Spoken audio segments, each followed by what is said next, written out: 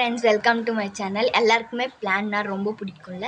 எனக்கும் ரொம்ப பிடிக்கும் தான். ஃபஸ்ட்டு நான் நட்டது வந்து மணி பிளான்ட், செகண்ட் வந்து ரோஜா. பாருங்கள், நான் உங்களுக்கு வீடியோ எடுக்கலான்னு தான் வீடியோ காட்டிகிட்ருக்கேன்.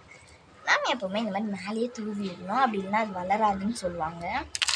இது வந்து ஃபஸ்ட்டு வந்து ரோஜா நெக்ஸ்ட் வந்து நான் வந்து நட போகிறது வந்து ஹைபிஸ்கஸ்.